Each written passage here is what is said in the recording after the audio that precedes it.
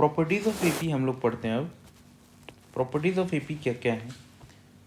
पहला प्रॉपर्टी है 3 numbers in AP, A minus D, A plus D.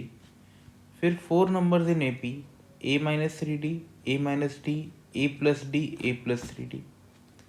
5 numbers in AP, A minus 2 D, A minus D, A plus D, A plus 2 D.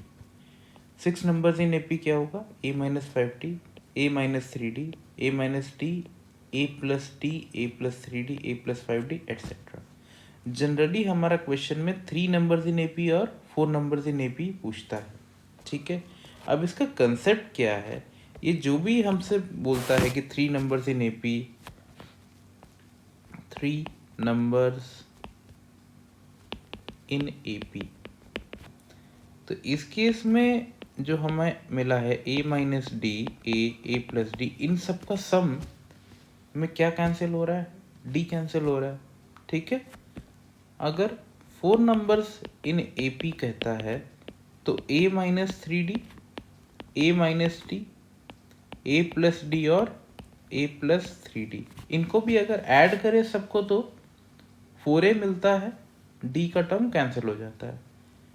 ऐसे ही 5 numbers in AP में भी ए minus 2 D, ए minus D, ए plus D, ए plus 2 D, add करेंगे तो 5a मिलता है, D का term cancel हो जाता है। ये हमारा प्रॉपर्टी 1, ठीक। प्रॉपर्टी 2 क्या है हमारा, प्रॉपर्टी 2 कह रहा है if we pick the terms of an AP in a particular interval then picked sequence is also AP with common difference interval times the original common difference। इसका मतलब देख लेते हैं। जैसे हमारे पास AP है 1, 3, 5, 7, 9, 11, 13 एंड सो ऑन। अब हम एक इंटरवल में कुछ नंबर्स उठा लेते हैं। जैसे मैंने 1 उठा लिया, 7 उठा लिया, 13 उठा लिया एंड, ठीक है। अब इसका जो कॉमन डिफरेंस है वो क्या है, 3 माइनस 1 इज इक्वल टू 2। अब जो नया बना सीरीज 1, 7, 13, क्लियरली ये भी एपी है, इसका कॉमन डिफरेंस क्या होगा, 6 होगा। अच्छा, इंटरवल क्या है, इनके बीच में इंटरवल क्या है, 3 का है। तो जो डी डैश है वो इंटरवल टाइम्स डी होता है, यानी ये जो 6 आया है वो क्या आया, इंटरवल 3 का है, 3 इंटू 2, ठीक है। ये हमारा क्या है, प्रॉपर्टी 2, ठीक है। थर्ड प्रॉपर्टी देखते हैं। थर्ड प्रॉपर्टी कह रहा है if A1, A2, A3 and B1, B2, B3 are 2 APs then A1 plus minus B1, comma A2 plus minus B2, comma A3 plus minus B3 are also in AP, but A1 into B1, comma A2 into B2 and A1 by B1, A2 by B2 may or may not be in AP। इसको समझते हैं ये क्या लिखा है। जैसे हम दो अलग अलग AP लेते हैं, एक ले लेते हैं 2, 5, 8, 11, 14, 17 एंड सो ऑन, ये हमारा फर्स्ट एपी है। दूसरा एपी लेते हैं 1, 3, 5, 7, 9, 11 एंड सो ऑन। अगर हम दोनों को ऐड करें, दोनों को, तो क्या बनता है, 3, 8, 13, 18, ऐसे बनेगा कि नहीं बनेगा, ठीक है। 3, 8, 13, 18, 23 एंड सो ऑन, ये भी एपी है, ठीक है। कॉमन डिफरेंस क्या आया, 5 आया। अगर हम सब्ट्रैक्ट कर दे दोनों को तो क्या बनेगा, 2 minus 1, 1, 5 minus 3, 2, 8 minus 5, 3, 4 and so on, ये भी एपी है। कॉमन डिफरेंस क्या आया, 1 आया। अगर हम मल्टीप्लाई कर दें अगर हम मल्टीप्लाई कर दे तो क्या बनेगा 2, 15, 40। क्या ये कोई एपी है? ये तो कोई एपी नहीं है। और अगर हम डिवाइड कर दें तो उस केस में क्या बनेगा 2/1 2, 5/3, 8/5, 11/7। क्या ये कोई एपी है? ये भी कोई एपी नहीं है।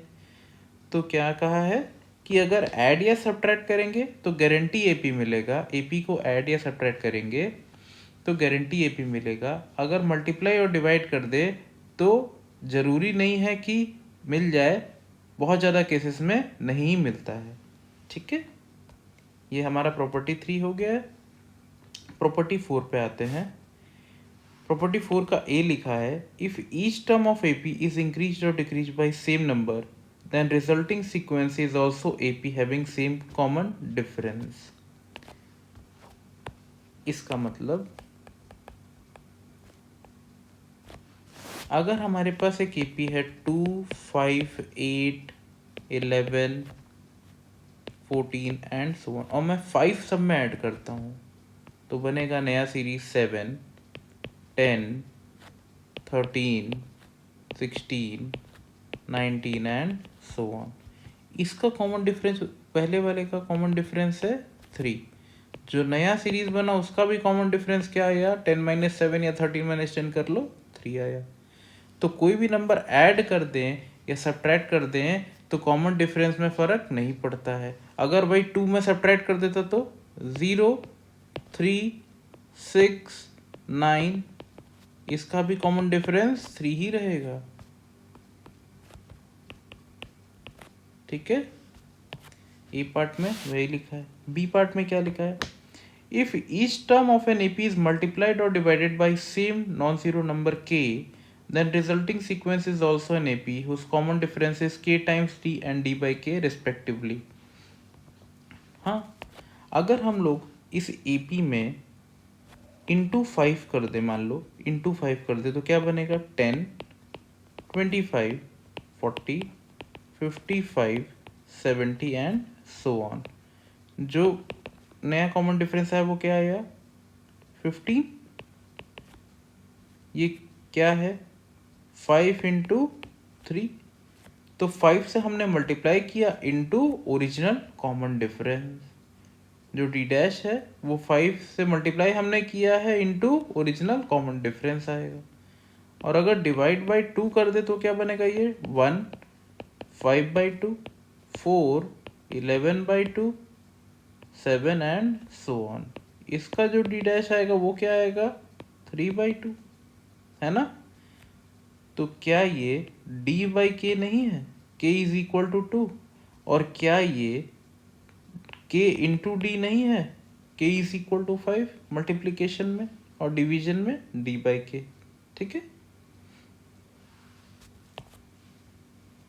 ये और भी हो गया। फिफ्थ पे आते हैं, any term of A P except first and last is equal to half the sum of terms which are equidistant from it.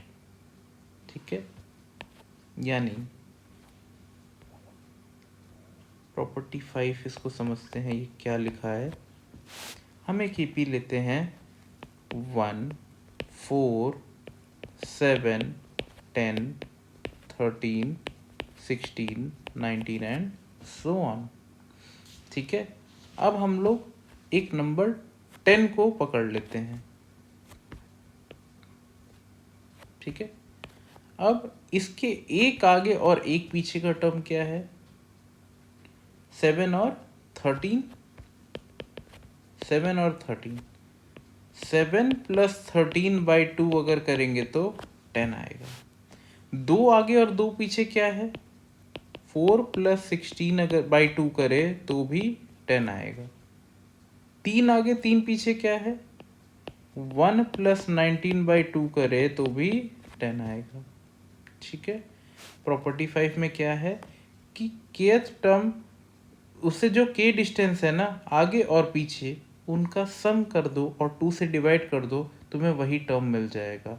ये केवल 10 के लिए ही नहीं, 13 के लिए, 16 के लिए, 4, 7 के लिए एप्लीकेबल है, फर्स्ट और लास्ट के लिए नहीं है। ठीक, तो अगर हम लोग अच्छा इसी में 16 का एग्जांपल ले ले तो 16 का एग्जांपल में अगर हम लोग 13 प्लस 19/2 करें तो ये 32/2 आता है इक्वल टू 16। ठीक है, सेम कंडीशन सब पे एप्लीकेबल है।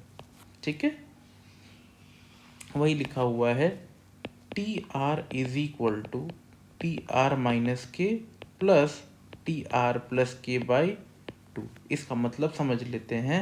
इसका मतलब है टी आर यानी आर एच टर्म, कोई भी टर्म मान लो 10 यानी कि हमारा T4 है। ठीक है, T4 is equal to T4 minus, हम लोग एक आगे और एक पीछे देखे तो T4 minus 1 plus T4 plus 1 divided by 2 यानी T3 प्लस T5/2। यही T4 क्या हो जाएगा, अगर दो आगे दो पीछे देखे तो T4 minus 2 plus T4 plus 2 divided by 2 यानी T2 plus T6 divided by 2। ठीक है, ये क्लियर हुआ। एक क्वेश्चन ट्राई कर लेते हैं।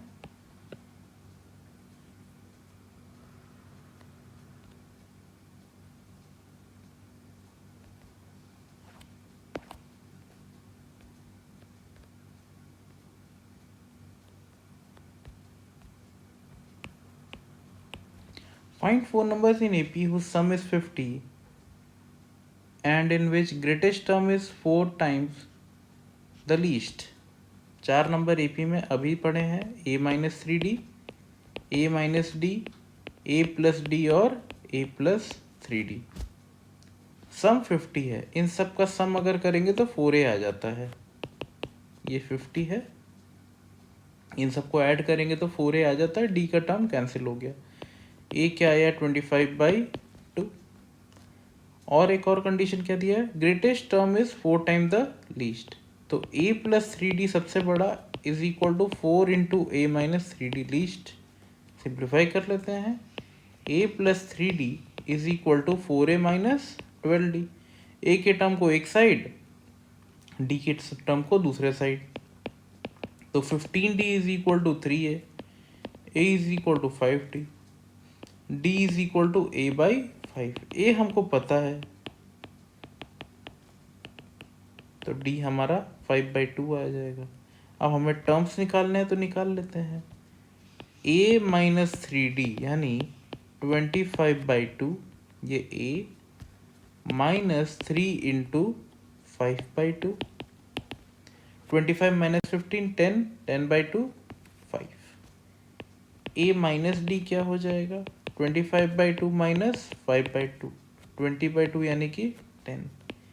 a प्लस डी क्या हो जाएगा 25/2 प्लस 5/2, ये क्या आया 15।